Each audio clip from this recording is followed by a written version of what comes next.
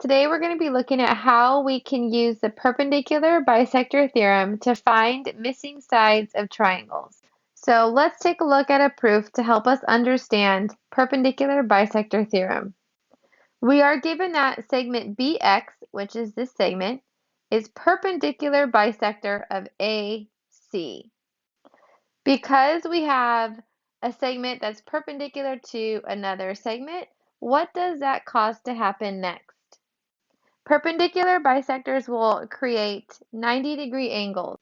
So that means that measurement of BXA will equal 90 degrees, and measurement of angle BXC will also equal 90 degrees. For the reason, you can just put definition of perpendicular line for both of those. So if this angle is equal to 90 and this angle is equal to 90, then that means that these angles are equal to each other. So in the next box, we can say that measurement of angle BXA is equal to measurement of angle BXC using the transitive property of congruence. Now, if these measurements are equal, that means that these angles are congruent.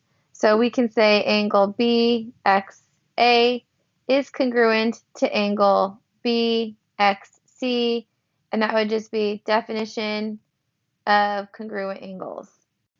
I know this seems a little bit repetitive here, but we're saying that this perpendicular bisector caused this angle to be 90 and this angle to be 90. Because both of these angles are equal to 90 degrees, they're equal to each other. And because they're equal to each other, that makes the angles congruent. Ultimately, I'm trying to prove that segment AB is congruent to CB.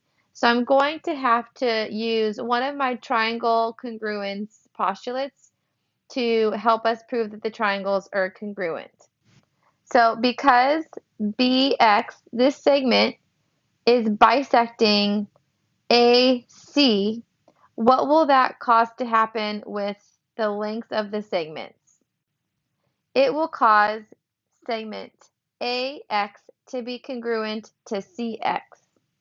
The reason would be definition of segment bisector. The next thing that we can mark has to do with BX. So BX is the shared side. So we can say that segment BX is congruent to segment BX by reflexive property of congruence. Now we have enough information to prove that triangle ABX is congruent to triangle CBX. What would be the reason that the triangles are congruent? They are congruent by the side angle side triangle congruence theorem. Because now that the triangles are congruent, now we can prove that segment AB is congruent to CB because corresponding parts of congruent triangles are congruent. Now let's take a look at the formal definition for perpendicular bisector theorem. So in a plane, if a point is on the perpendicular bisector of a segment, then it is equidistant from the endpoints of the segment. So let's take a look at what this means. Let's say that segment BX is bisecting segment AC. That is going to be the if statement. Because BX is bisecting AC, that means that this side is going to be congruent to this side, and there will be a 90-degree angle here. In this example, point B is the point that is on the perpendicular bisector. And because it's on the perpendicular bisector, that means it's the same distance from this endpoint as it is from this endpoint. That will lead us to the then statement, making AB congruent to CB. So in this next example, we have a perpendicular bisector. We know it's a perpendicular bisector because there's 90-degree angles and these two segments are congruent. So Given this information, I know that this point is equidistant from this endpoint as it is from this endpoint. So to solve for x, you'd set 10x plus 7 equal to 2x plus 31 and solve. If you subtract 2x from each side, you get 8x plus 7 is equal to 31. Then subtract 7 and you get 8x is equal to 24, with x being equal to 3. This would be perpendicular bisector theorem. Let's take a look at the converse of the perpendicular bisector theorem. So if a point is equidistant from the endpoints of a segment, then it lies on the perpendicular bisector of the segment. So what this means that if point B is equidistant from point A and point C, then that means B is on a perpendicular bisector, which would then make AX congruent to AC. Now let's apply this definition to an example. In this diagram, we are given that this side is congruent to this side.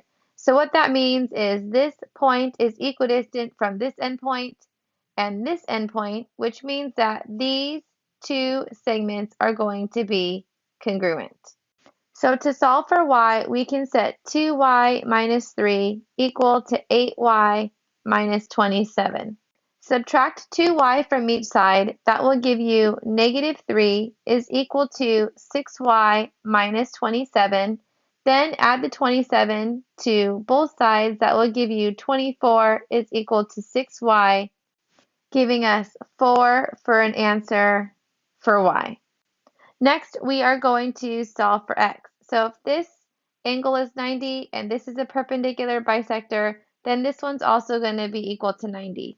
So to solve for x, you would set 10x equal to 90, and we would get an answer of 9 for x. We abbreviate this as converse of perpendicular bisector theorem. Now let's take a look at some practice problems. So number 1, we want to find AD. AD is this segment here. We're given that CB is congruent to AB. Which theorem would you use to solve this problem? You would use the perpendicular bisector theorem because it states that if a point is on a perpendicular bisector of a segment, so this point is a perpendicular to this segment, making these two segments congruent, then point D, it has the same distance to point C as it does to point A. So you would end up setting 3x plus 14 equal to 5x in order to solve for x. So first you would want to subtract the 3x from each side. That will give you 14 is equal to 2x with an answer of 7 for x. Now remember, we were supposed to find AD. So AD was equal to 5x, and now that we know x, we can substitute the 7 in. So AD is equal to 35. Now let's take a look at number 2. We're going to find AB. So now we're finding this segment here. You are given that this point is equal distance from A as it is to C.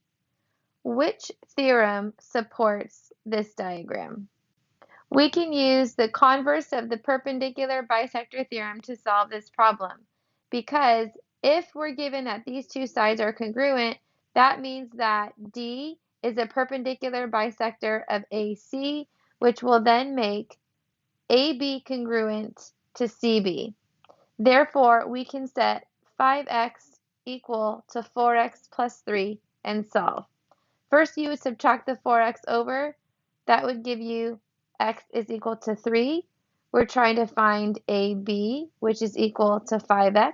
So now you can substitute your answer for x, which is 3, and you get that AB is equal to 15. Let's take a look at number 3. Which theorem would you apply that would allow you to solve for n in order for you to find yz? You would want to use the perpendicular bisector theorem. So because we're given that these two side lengths are congruent, that means that ZX is a perpendicular bisector of WY, making Z the same distance to W as it is to Y.